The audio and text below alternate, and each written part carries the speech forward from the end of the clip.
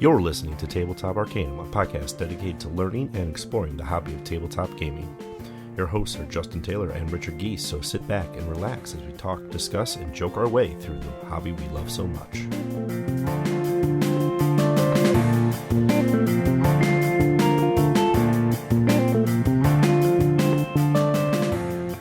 The Burgle Bros are an elite crew trying to pull off the heist of a highly secure building. Players must work together to crack the safe and escape.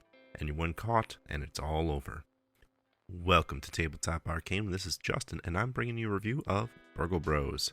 This is a Tim Fowers game. It is for 1 to 4 players, plays in 45 to 90 minutes, and MSRP is $46.82. This is not our first Tim Fowers game, so those price points are a little off based on international changes of costs and things. But let's dive a little bit into Burgle Bros and see if this is the heist game for you. First impressions is, once again, as Tim Fowers games, it comes in a very unique box. The box is even designed to look like the building that you're trying to pull this heist off in, so even the box can get into the gameplay a little bit here. Component-wise, everything is kind of nice. Wooden meeples and little squarish cards for the most part.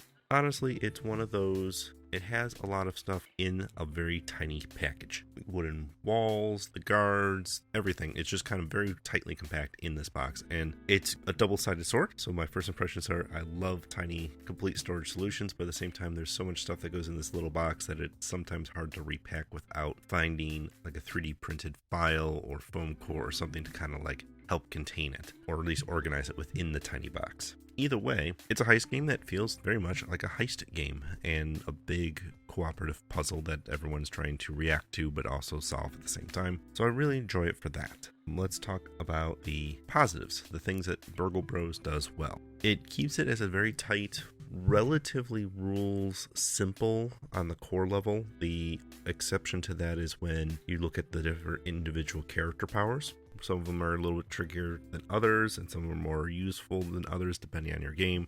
But overall, the rules are relatively straightforward what you get to do, and the rooms themselves aren't heavily complex enough that you can't understand when you see an alert room that says, you must stop here, or you will trigger an alarm if you go here. The most complex rule is probably those alarms and how the guards react to them, and just making sure you're doing that right. One other thing that I think it does really, really well is there are pre-set up layouts for rooms for how the floors and how the walls of those floors operate. The tiles are still randomized within it, but the walls aren't between the 3 floors. They have alternate setups within it where if you want to do 4 floors, if you wanted to do mega floors, you can do that, or you can randomize it. Once you start getting more comfortable with the game, I actually encourage you to mix up the walls and randomize it and see what happens, because it allows you to kind of keep going with that elaborate puzzle. The game does keep a relatively good tension throughout it as far as what are the guards going to be doing. There's a lot of other things going on of like trying to juggle everything and trying to go through whatever you need to make sure you crack the safe, get the loots, and then get out. Some of the opportunities that I find in Burgle Brothers can be things like if you do randomized setup, or even in the general setup, certain tiles may be in less ideal situations or in really, really bad corners that you really need that tile, but the guard keeps kind of going back to that corner and really reaming you guys out. You do have stealth tokens to take some of that heat off of you. Stealth tokens that act as your character's life, but if you're out of stealth tokens and you're caught, game over for everybody. My biggest pet peeve is the box storage solution because of how tightly compact it is. It does seem to be a very challenge to put everything back together nicely and keep all your components in an organized fashion. On the flip side, storage of this game makes it super easy because it is pretty much the size of a hand or a little bit larger.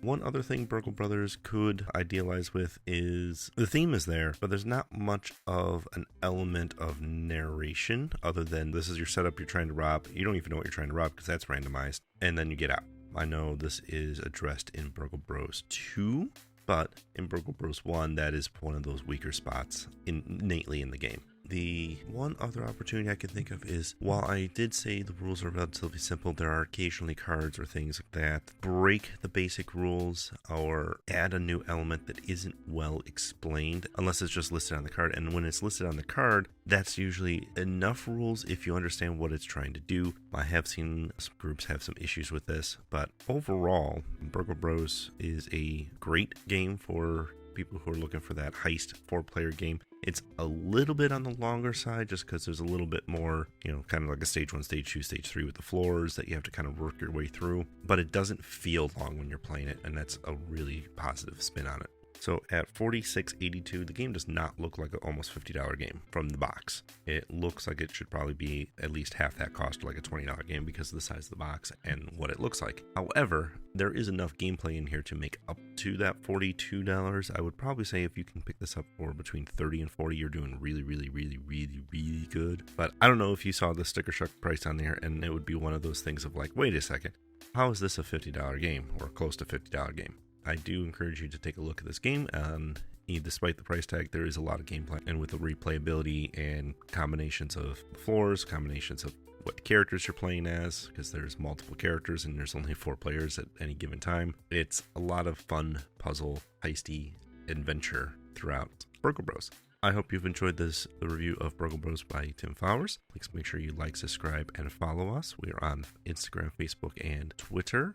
We are also on YouTube. As always, thanks for listening and happy gaming.